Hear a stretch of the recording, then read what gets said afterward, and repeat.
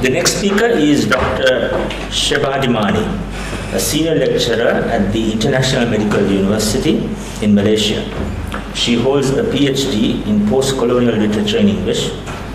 Her research interests relate to Asian literature, identity studies, and medical humanities. She is currently the head Department of Language, Communication and Culture at the IMU, and she's introduced a very innovative literature and medicine course in the IMU. So it's my pleasure now to invite Sheba to give her presentation.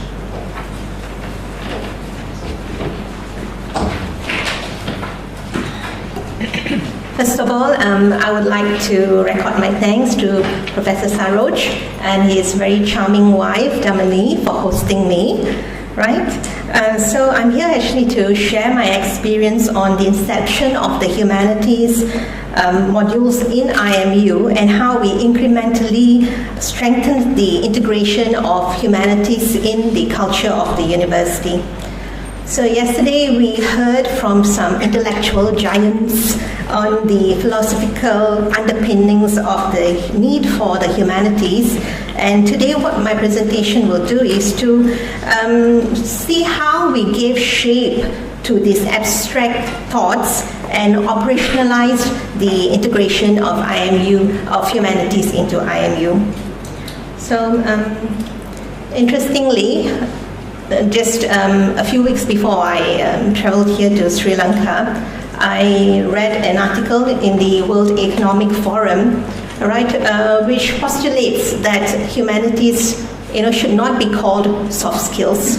So this whole idea, I think there was a bit of discussion yesterday on the idea of it being soft skills and versus the scientists being the hard skills, and so on, whether it's in the hidden curriculum or it should be in the open curriculum. And I also noticed the beautiful banner that you have. Where's the pointer?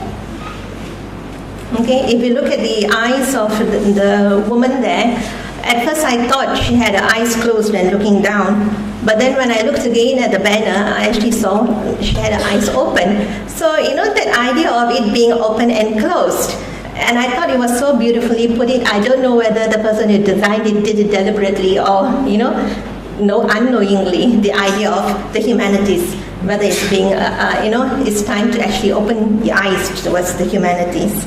So what the World Economic Forum has suggested is we have to move away. There's no gap actually. It now has to be seen as essential skills. All right. So what they suggest is they are foundational skills that allow us to learn and live and work productively with other people. They are the skills that determine our chances of succeeding. They are the skills of leadership. So how did they come about this? They actually looked at Mangionin and his researchers who had actually surveyed some medical schools in the US, and these students had been exposed to the humanities. And they surveyed and they found out that these students actually had higher levels of positive personal qualities such as empathy, tolerance, ambiguity, wisdom, emotional intelligence, and so on. So yes, there's some merit in the humanities if we are still arguing with this point, all right? So what happened was, in 2011 in IMU, it was our president, not the king, right, who actually had this wonderful idea to look at some initiatives that he wanted our university to research on and to experiment with. So what he tasked me to do was to look at how we could integrate the humanities into the university culture. So if it's the university culture, then it's not only going to be for the students, it will also be for the staff. Now, if you look at my title, it is Strengthening the Learning of Humanities, meaning that prior to 2011, actually, I had in 2007, when I first came to IMU, I was fortunate enough to be given the opportunity to develop a module. This is because the School of Medicine and the medical program, they do offer electives and they wanted a variety, so they invited the language department to offer a module. And because of my background in literature, I am guilty of doing something that I love, right? And so I thought, okay, why don't I use literature and look at how we can integrate it into the medical curriculum? And that's when I did my research, and I did find out there were lots of schools in the US who had actually already integrated the humanities, and even the General Medical Council in UK, they did have special study modules where they encouraged these modules to teach humanities. So I got all these ideas, and then I did come up with my own module, and I did consider that we are in Malaysia, and like some of the previous speakers have pointed out, I can't really just take wholesale whatever is happening there. I had to look at my culture and look at what is relevant to our students there.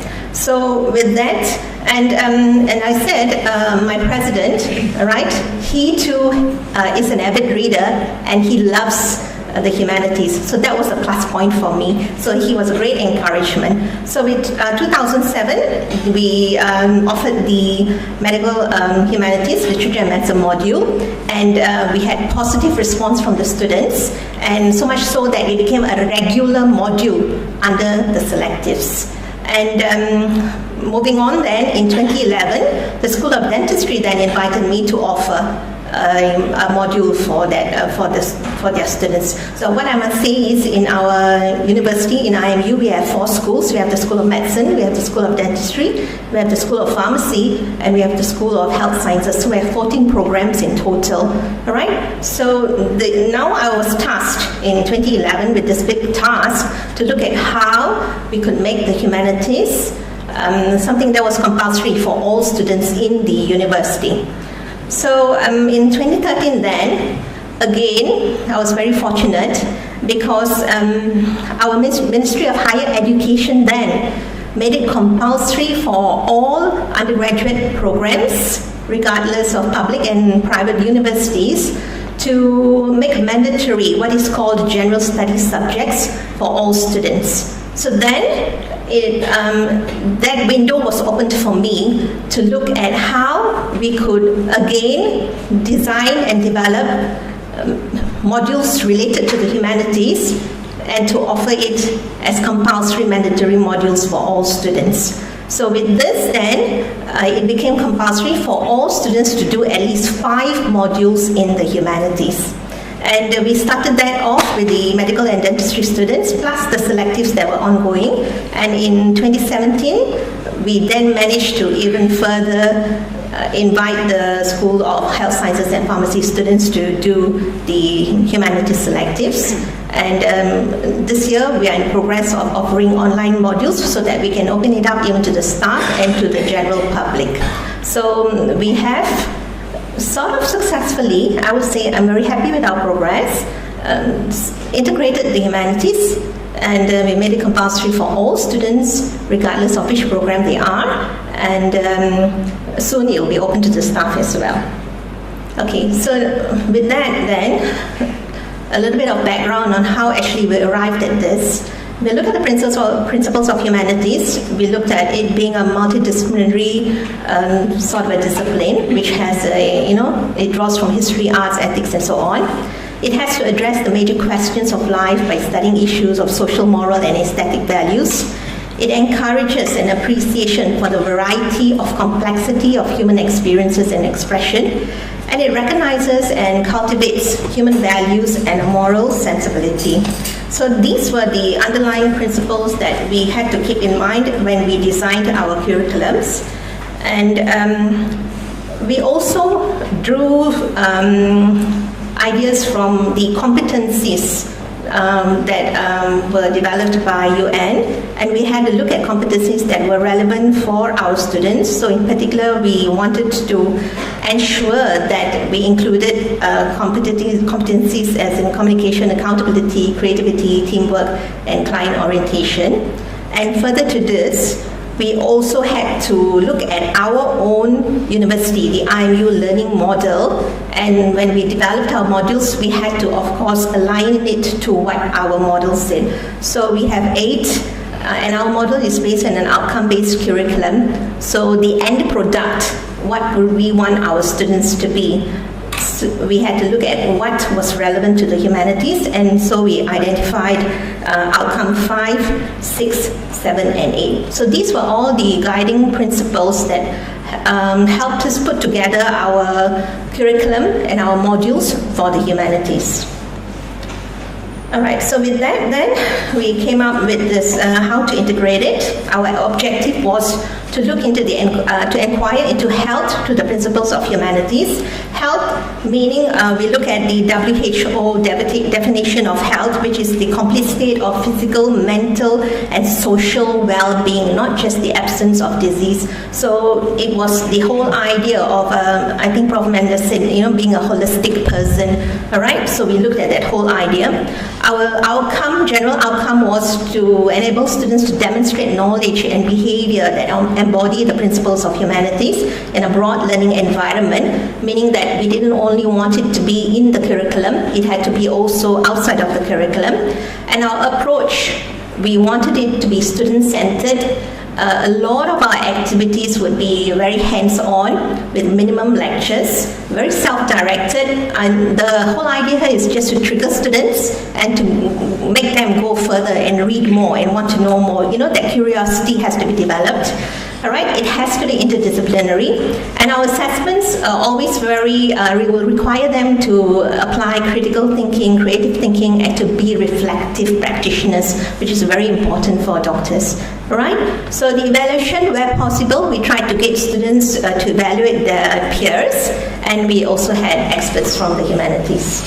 All right. So then our strategies, what we did was, we looked at how we could integrate humanities through the teaching activities, that will be the formal curriculum. We looked at how we could integrate it into the co-curriculum activities. We looked at how we could integrate it through community service, and we looked at how we could integrate it through online short courses. So our framework then, we emphasized the self. All right, because it's very important for students to develop their personal self first. That was our priority. So we wanted to create self-awareness, to explore attitudes and values within the self. We wanted them to know themselves. If I'm not mistaken, was Socrates who said, an unexamined life is not worth living. All right, so we wanted them to get to know themselves, their strengths, their weaknesses, for their own personal development. And then, if you see the outer circle, then we wanted them to also explore the role that they were going to play in the healthcare, as to how they could provide care and how they will respond not only to patients but to their colleagues as well. And then the final outer role is then their role in society, all right? How they could actually contribute back to society, and how the skills that they learn from the self, all right, could be transferred to society. Because it's progressive, the way you grow. You know yourself first, and then you will apply, we all play different roles in different parts of our life, all right? But we go to the core of it. You have to know yourself, and this carries through to when you are, practicing as a doctor, how are you going to treat your patients, how are you going to treat your colleagues, and then when you're really out there in society, when nobody knows, all right, who you are you still demonstrating those values, those humane values? Right? So that is what we wanted to see, and when we built the curriculum to enable them to show and demonstrate these. All right, so I said it's an interdisciplinary approach.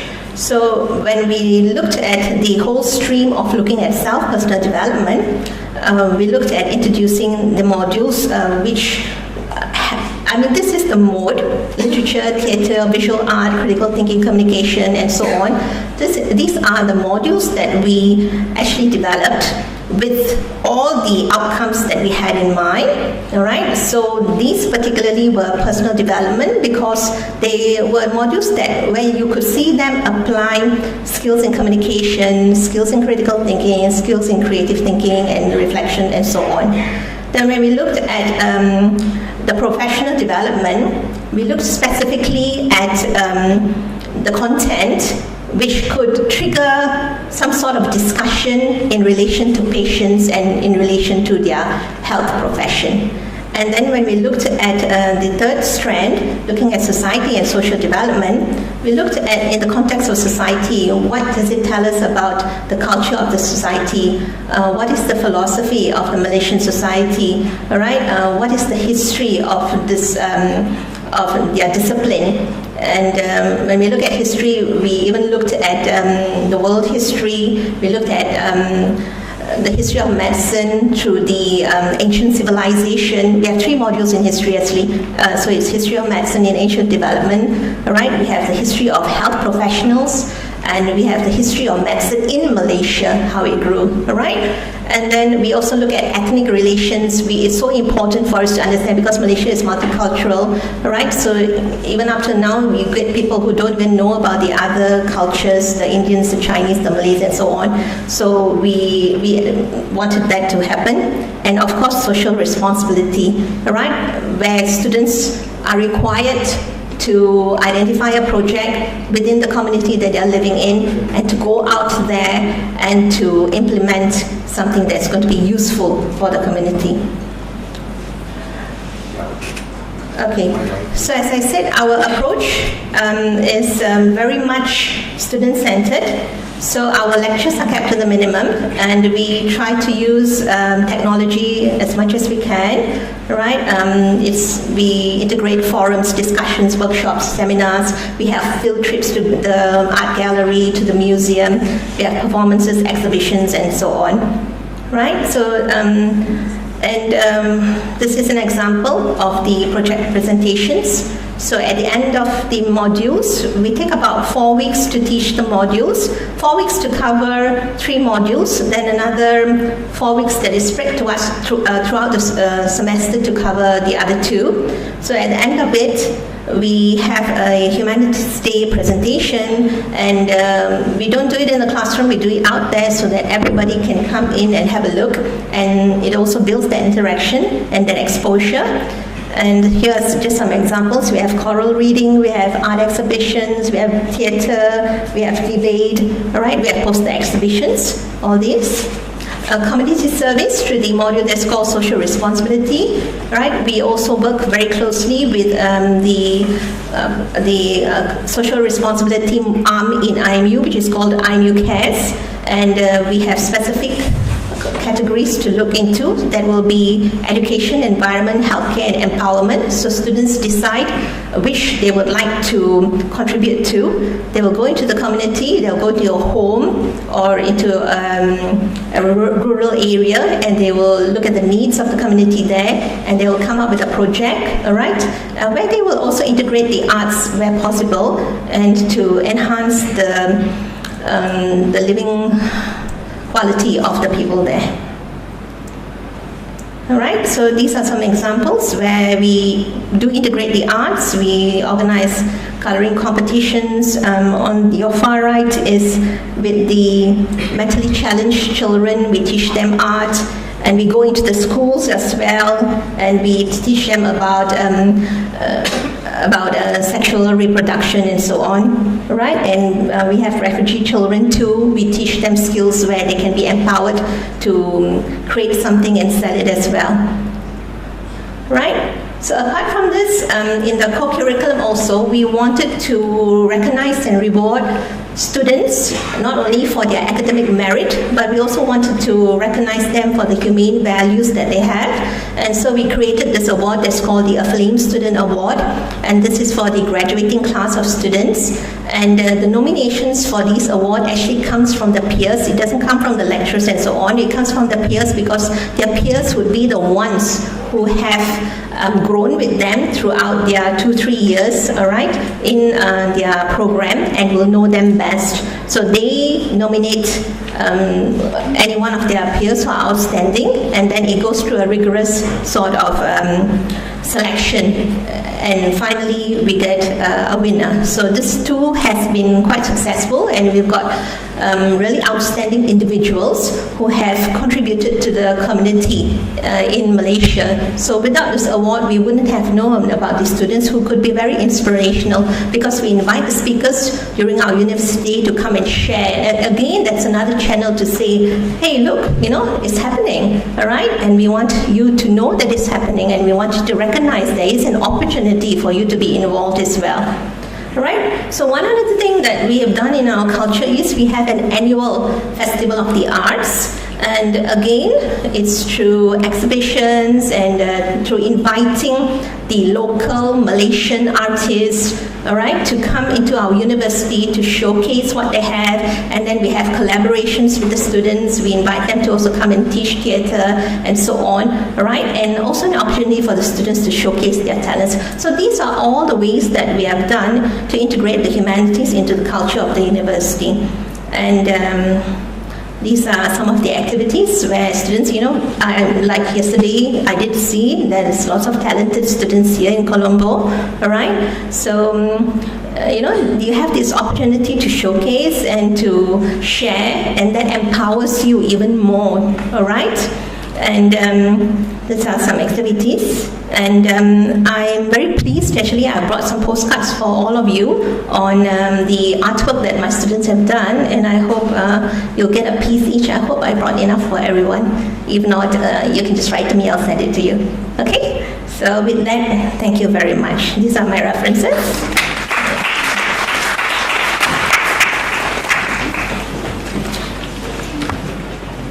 Thank you very much, Sheba. Any questions?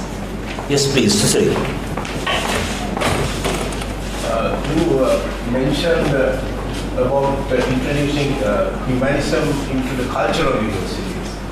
And I think you made an important observation there, where you said that it is not only for the students, but for the staff as well. Yes. I think up to now we have been talking about what we must be doing in terms of introducing things to the curriculum for students.